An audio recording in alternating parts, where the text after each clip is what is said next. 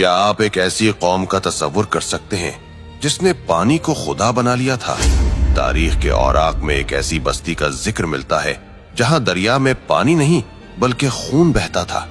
ये असहाबे रस थे, वो कौम जिसने अपनी जन्नत जैसी वादी को अपने हाथों से जहन्नम बना दिया। उनके पास सब कुछ था, सरसब्ज बागात, ऊंचे महल्लात और एक ऐसा नहरी निजाम जो आज के इंजीनियर्स को भी हैरान कर दे। लेकिन उनकी बर्बादी का सबब कोई दुश्मन नहीं था बल्कि एक दरख्त था। आज हम उस कौम की कहानी सुनाएंगे जिसने अपने नबी को कुएं में जिंदा दफन कर दिया और फिर बदले में अल्लाह ने उनके पूरे शहर को पत्थर का बना दिया। ये हजरत ईसा और हजरत सुलेमान अलैहिस्सलाम के दरमियानी दौर का वाकया है, या कुछ रिवायात में इससे भी कदीम। यमन और आज़रबाईजान के इलाकों में असहाबे रस बसते थे। उनके शहर के बीचों बीच एक अजीबो गरीब दरख्त था, सनोबर, जिसे वो शाहे दरख्त कहते थे। रिवायात कहती हैं कि यह दरख्त इतना अजीम शान था कि इसकी शाखें बादलों को छूती थीं, लेकिन इसकी जड़ें पानी से नहीं बल्कि लोगों की अकीदत से सैराब होती थी। उन्होंने इस दरख्त के गिर्द एक आलीशान तालाब बना रखा था और कानून ये था कि इस दरिया का पानी सिर्फ शाहे दरख्त पी सकता है। अगर किसी इंसान ने इसे पिया तो उसे जिंदा जला दिया जाएगा।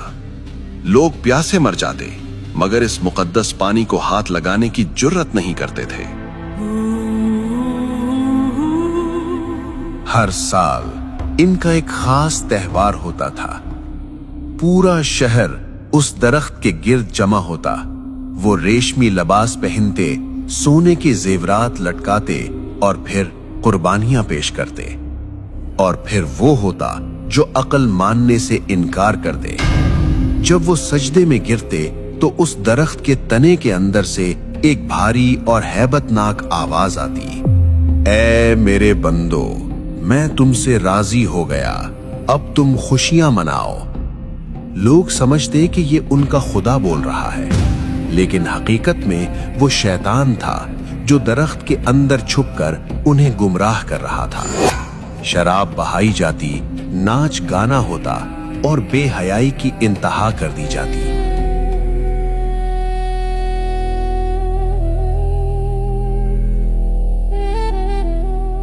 उस अंधेरे में अल्लाह ने रोशनी की एक किरण भेजी।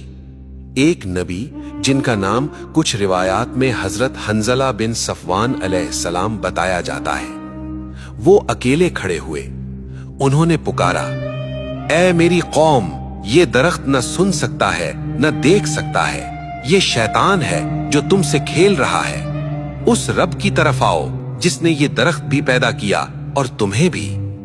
उन्होंने दुआ की और अचानक दरख्त मुरझाने लगा, उसके पत्ते झड़ने लगे, वो आवाज आना बंद हो गई, शैतान खामोश हो गया।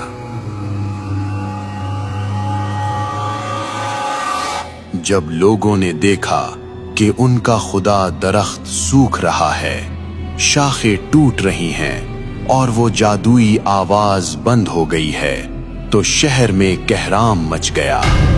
बादशाह गुस्से से पागल हो गया। उसने चीख कर कहा, इस शख्स ने हमारे खुदा पर जादू कर दिया है, इसे ऐसी सजा दो कि जमीन और आसमान याद रखें। ये वो लम्हा था जब उन्होंने अपनी मौत को खुद दावत दी। फैसला हुआ कि इस नबी को कत्ल नहीं किया जाएगा बल्कि तड़पा तड़पा कर मारा जाएगा।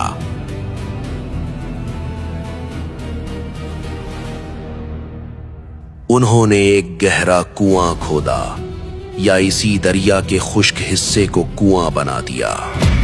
हजरत हंजला अलैहिस्सलाम को जिंदा इस कुएं में फेंक दिया गया और ऊपर से एक भारी पत्थर रखकर कुएं का मुंह बंद कर दिया गया।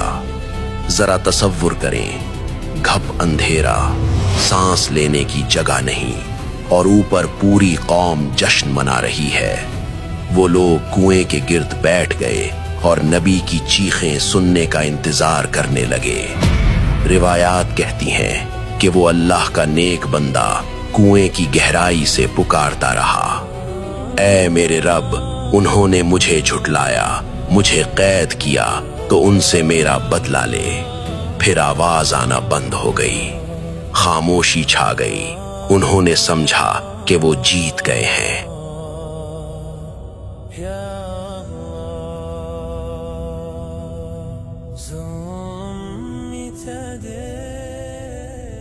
لیکن جیسے ہی نبی کی آواز بند ہوئی، اللہ کا قہر بول اٹھا۔ اچانک آسمان کا رنگ بدل گیا۔ پہلے سرخ آندھی چلی، پھر شدید کالی آندھی۔ زمین لرزنے لگی۔ جس دریا کو وہ پوجتے تھے وہ ابلنے لگا۔ پانی گرم تارکول اور گندھک میں بدل گیا۔ آگ کا ایک طوفان آیا جس نے ہر زندہ چیز کو اپنی لپیٹ میں لے لیا۔ وہ لوگ جو ریشمی لباس پہنے جشن منا رہے تھے، وہ اپنی ہی جگہوں پر پتھر کے بت بن گئے۔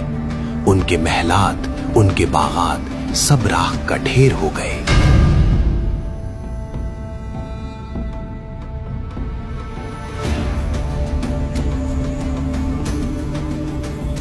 آج اس علاقے میں سوائے ویرانی اور کالے پتھروں کے کچھ باقی نہیں ہے۔ قرآن میں اللہ نے انہیں اصحاب رس کہا، یعنی کنویں والے۔ وعادا وثمودا واصحاب الرس وقرونا بين ذلك كثيرا، اور عاد اور سمود اور کنویں والوں اور ان کے درمیان اور بہت سی جماعتوں کو بھی ہلاک کر دیا، کیونکہ ان کا جرم بھی کنواں تھا اور ان کی قبر بھی وہی زمین بنی۔ یہ کہانی ہمیں بتاتی ہے کہ جب انسان اللہ کی نعمتوں، پانی، درخت کو اللہ کا شریک بنا لیتا ہے تو وہ نعمتیں ہی اس کا عذاب بن جاتی ہیں۔ اگر آپ کو اس گمشدہ قوم کی داستان نے عبرت دلائی ہے تو کمنٹ میں استغفر اللہ لکھیں اور اس ویڈیو کو شیئر کریں۔